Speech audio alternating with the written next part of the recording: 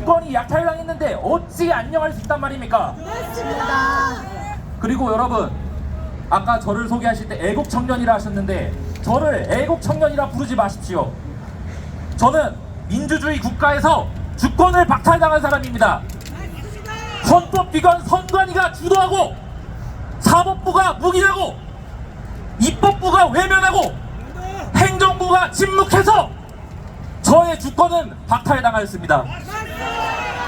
민주주의 국가에서 주권 없는 자를 무엇이라 부릅니까? 첫째는 외국인, 둘째가 노예입니다. 저는 헌법기관 선관위, 입법기관 국회, 사법기관 법원, 행정기관 정부 모두가 공인한 노예가 되었습니다.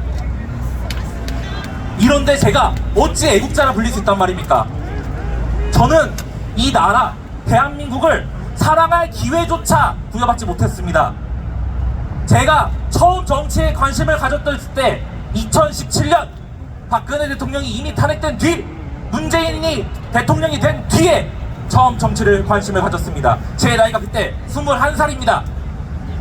그리고 제가 처음 선거에 관심을 가졌을 때가 2020년 4.15 총선 때입니다. 이때 부정선거로 인해서 저는 제 주권을 행사하기도 전에 제 주권을 박탈당하였고 이미 노예가 되어 있었던 겁니다. 왜 빼앗겼을까요? 역사를 보면 그 답을 알 수 있었습니다. 조선이란 나라가 이루 말할 수 없이 타락하여 부패하였을 때 왜 조선의 백성들이 직접 그 왕실을 때려잡지 못하고 전쟁 한 번 없이 나라가 일본 제국에게 넘어갔습니까? 고종 때문입니까? 을사오적 때문입니까? 그들이 없었다면 다른 자들이 나라를 팔았을 겁니다. 우리가 힘이 없었기 때문에 나라가 팔린 겁니다. 이제 본격적으로 쓴소리를 좀 하라고 합니다. 사전투표 폐지해야 한다. 맞는 말이죠? 옳은 말이죠? 저는 이 말을 지금 하면 처맞을 말이라고 생각합니다. 왜냐? 사전투표로 당선된 자들이 국회를 장악하고 입법부를 장악했는데 그들이 사전투표를 폐지하겠습니까? 지나가는 개새끼도 알 법한 그런 당연한 논리를 여러분들이 모를 리가 없죠.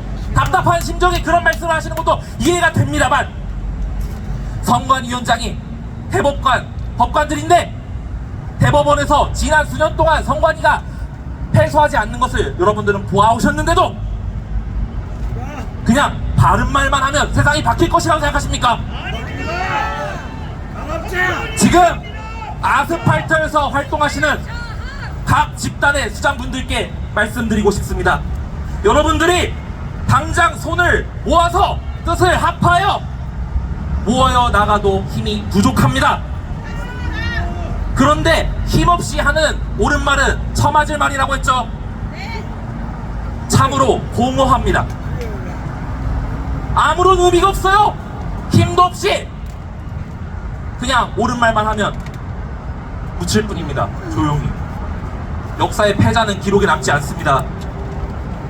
힘을 모으고 나서야 비로소 우리의 말이, 옳은 말이 존중받을 수 있는 겁니다. 그제서야 진정으로 맞는 말이 되는 겁니다. 자, 그럼 질문하겠습니다. 4.10 총선 때 비례대표 정당들은 왜 통합하지 않았습니까? 각 세력의 수장들 답변해 주시죠. 앞으로도 계속 기회가 있을 거라 생각하셨습니까? 각자의 이권을 다투고 계산을 해서 최선의 수를 선택하셨겠지만 20년, 30년 뒤에 제가 여러분 나이가 됐을 때 이 나라가 남아있을 것이라고 저는 생각하기 어렵습니다. 그런데도 기가 있는 것처럼 통합하지 않고 왜 각자의 길을 가셨습니까? 지금 20대, 30대들이 결국 그 대가를 피로써 치르게 될 것입니다. 여러분들, 여기에 나오신 분들은 그걸 원치 않기에 내 새끼, 내 손주 그렇게 되지 않기를 원하기에 여기 나오셨죠. 누구는 이래서 안 되고 또 누구는 저래서 안 되고 이런 식으로 분열해서야 되겠습니까? 자, 그거는 여러분들이 주권을 온전히 회복하신 다음에 싸우시면 됩니다. 북한이 6.25 전쟁을 일으켜서 밀려 내려가고 있을 때 조상들이 시시콜콜한 정책 따지면서 전쟁에서 이상한 짓거리를 하셨습니까? 전면전, 총력전이었습니다. 우리는 저도 그렇고 여러분도 그렇고 그들의 시산혈에 시체와 피 위에 서 있는 겁니다. 전쟁 중에 분열하면 그분들이 현충원에서 분노하여 분개하여 일어나실지도 모르는 일입니다. 그런 일이 있어서는 결코 안 될 것입니다. 제가 제안하고 싶은 것은 두 가지입니다. 첫 번째, 아스팔트 세력, 애국 우파라고 자칭하는 세력들 통합하여야 합니다. 정광훈이 싫습니까? 황교안이 싫습니까? 민경욱도 싫습니까? 고영주도 싫습니까? 싫다 해서 4.20 총선에서 통합하지 않았더니 어떤 결과가 나왔습니까? 애국 우파라고 자칭하는 자들이 찢어져서 단 한 석이라도 따냈냔 말입니다. 당했습니다. 다음 지방선거, 고육감 선거 2년 뒤입니다. 똑같이 당하실 겁니까? 그게 아니라면 너와 나가 아니라 우리가 돼야 됩니다. 그래서 그 다음에야 비로소 싸울 만해지는 겁니다. 두 번째로, 자기 지역, 내가 사는 동네, 내가 사는 도시에서 애국자들과 협력하여 활동하셔야 합니다. 저는 경기도 안양에 살고 있고 안양 부방대 소속입니다. 제가 속한 안양 부방대에는 홍징수 부위원장님께서 계시는데 고교 연합에서 활동하셨던 분입니다. 안양 부방대가 매주 역전해서 시위하는 걸 보시고 감명을 받으셔서 합류하셨습니다. 이게 통합 아니겠습니까? 자유마을 사람들은 말이 잘 안 통합니까? 안양 부방대에서 4.10 총선 참관인 모집했을 때 자유마을 사람들도 대거 와서 협력했습니다. 이게 통합 아닙니까? 안양 성관이 앞에서 집회하고 있을 때 전군연합에서 깃발 들고, 이런 깃발들 들고 피켓 들고 시위에 도와주셨습니다. 이게 통합 아닙니까? 각 지역에서 내 동네, 내 집 앞에서 뜻이 맞는 사람들과 함께 활동하셔야 되지 않겠습니까? 그래야 이 성관이가 얼마나 역겹고 부패한 집단인지 내 지역 사람들에게 알리고 새로운 애국자들을 발굴해서 이 자리에 데리고 나오실 수 있지 않겠습니까? 서울에도 오시고 지역에서도 하시고 둘 다 하셔야 됩니다. 정리하자면 첫째는 통합해야 한다, 둘째는 내 지역을 챙기자 정도로 정리할 수 있겠습니다. 원래는 이쯤 말하고 마무리하려고 했는데 대통령 관저 앞에 온 김에 대통령께 한 말씀 올리려고 합니다.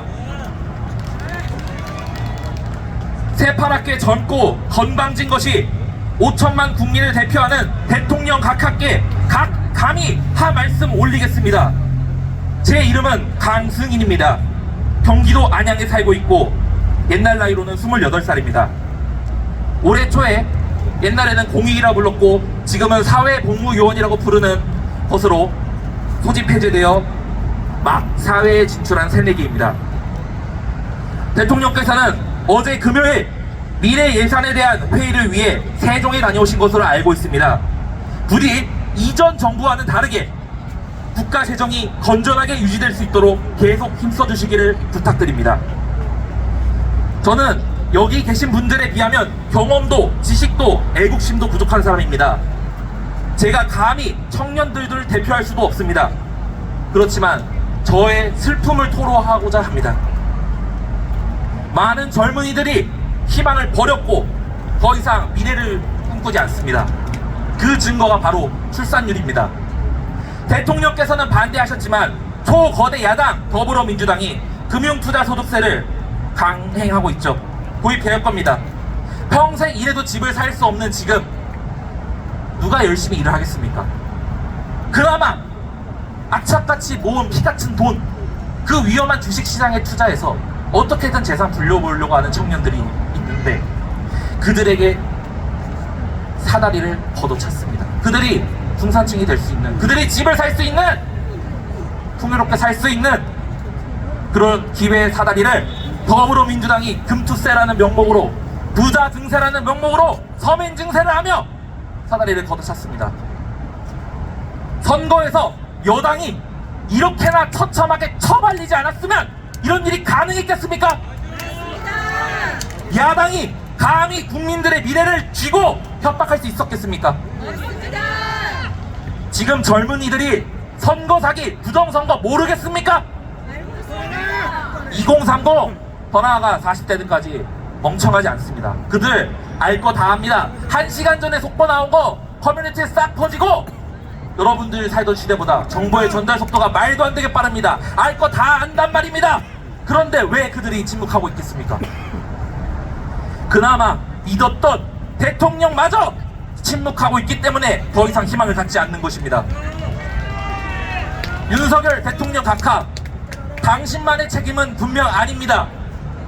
입법부, 사법부도 똑같은 책임이 있습니다. 그렇지만 당신 말고는 믿을 국가기관이 더 이상 남아있지 않습니다. 모든 통치기관이 민주주의의 뿌리를 좀먹는 썩어 문드러져 역겹게 짝이 없는 지금의 선거 제도에 침묵을 한다면 아무런 힘없는 국민들, 특히 젊은이들이 희망을 자기 손으로 갈기갈기 찢어버릴 것입니다.